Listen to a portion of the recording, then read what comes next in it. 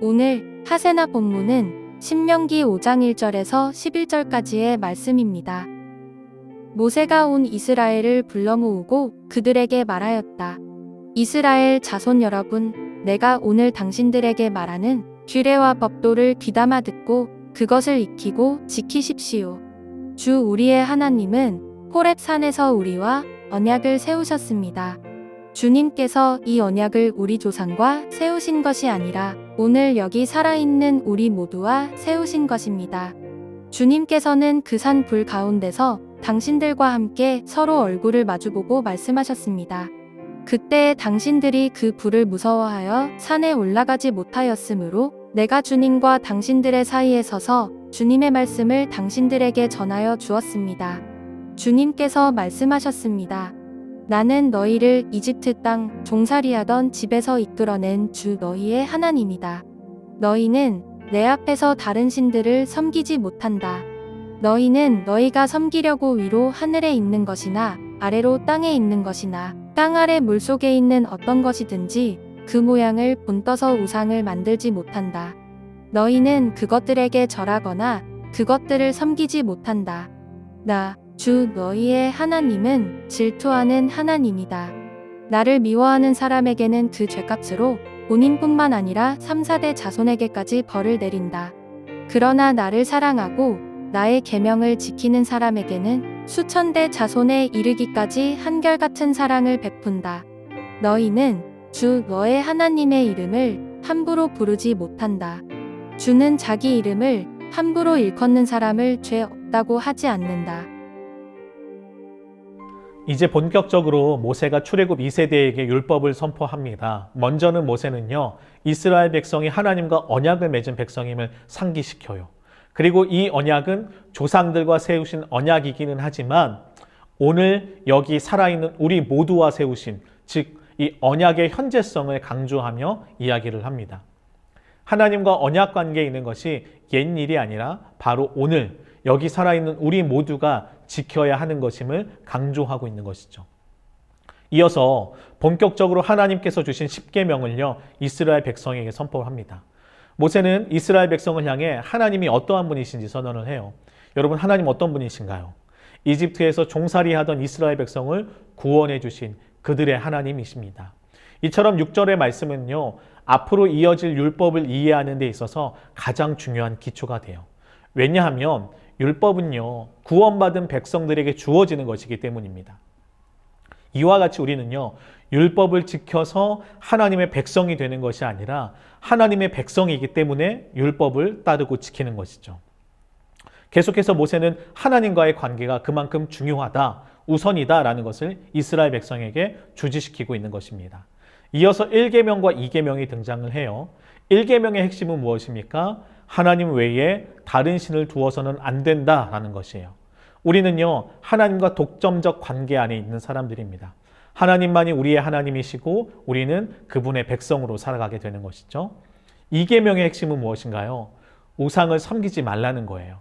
하나님은 눈에 보이는 것들을 형상으로 만들어서 숭배하는 것을요, 금지시키셨습니다. 만약 우리가 우상을 만들어서 숭배하면 어떻게 되나요?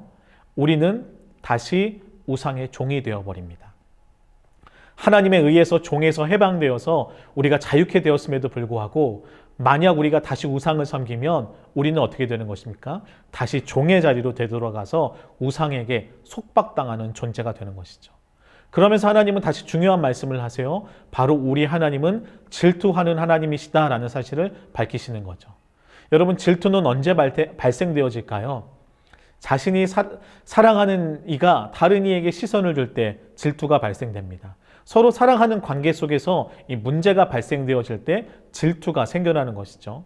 이처럼 하나님은 이 질투라는 표현을 통해서 하나님과 이스라엘 백성이 언약 관계, 특별히 사랑의 관계 안에 있음을 다시 한번 확인시켜주고 있는 것이죠. 이처럼 우리 하나님은요, 이스라엘 백성과 사랑의 동행을 이어나가길 원하셨습니다. 그리고 오늘을 살아가는 우리와도 마찬가지로 이 사랑의 동행을 이어나가길 원하시죠. 율법을 주신 이유도 마찬가지예요. 주께서 우리를 억압하기 위해서 율법을 주신 것이 아니라 구원받은 이후 이 신앙의 여정 속에서 사랑으로 주님과 끝까지 동행하기 위해 하나님께서 우리에게 율법을 주신 것입니다. 그런데 우리가 이렇게 주님과 동행하기 위해선 한 가지를 꼭 기억해야 합니다. 무엇을 기억해야 할까요?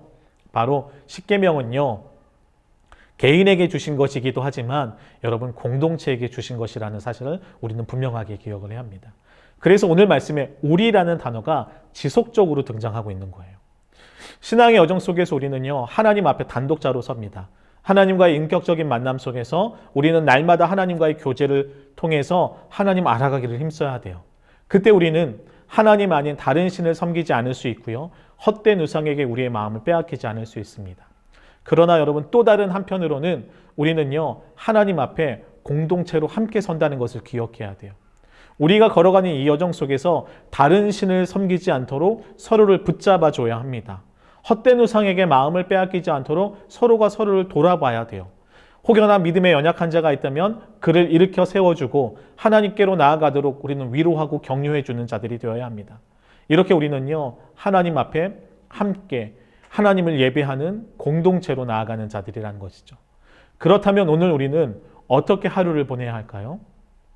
먼저 우리를 사랑으로 만나주시는 우리는 하나님 앞으로 나아가야 합니다. 단독자로 나아가 하나님과 인격적인 만남을 가져야 하는 것이죠. 오직 하나님만이 나의 하나님이심을 고백하고 그 사랑의 교제 가운데 나아가야 합니다. 더 나아가 우리는요, 우리 공동체를 돌아봐야 해요. 혹여나 우리 주변에 하나님과의 관계 속에서 힘겨워하는 자들이 있다면, 또한 여러 가지 유혹과 시험 속에서 하나님 아닌 다른 곳에 마음을 빼앗긴 자들이 있다면 그들을 어떻게 해야 됩니까? 그들을 돌이킬 수 있도록, 또 그들을 격려해서 하나님께로 돌아갈 수 있도록, 그렇게 해서 우리가 서로가 서로를 격려하고 더욱 진실하게 하나님만을 사랑하고 섬기도록, 그래서 평생토록 이 신앙의 여정을 우리가 함께 걸어갈 수 있도록 공동체 식구들을 돌아보는 사랑의 실천이 필요한 것이죠.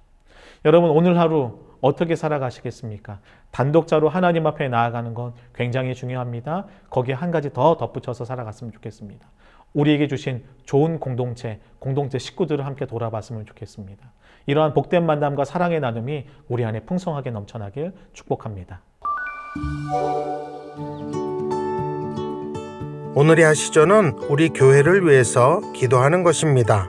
하나님이 주인 되시는 교회, 보이지 않는 성전을 짓는 교회로서의 사명을 온전히 감당하는 교회가 되도록 함께 기도해 주세요.